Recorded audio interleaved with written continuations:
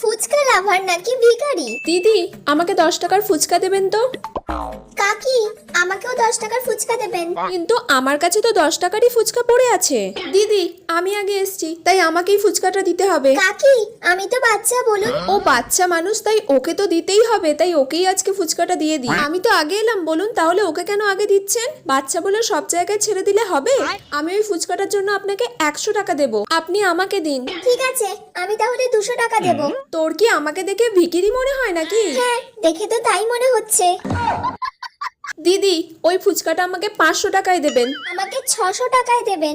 আমাকে 800 টাকায় দেবেন। আমাকে 900 টাকায় দেবেন। আমাকে 1000 টাকায় দেবেন। ঠিক আছে, ওকেই দিয়ে দিন। আমার আর ওই ফুচকা আজকে লাগবে না। ফুচকা তো আজকে আমি নিয়েই যাব।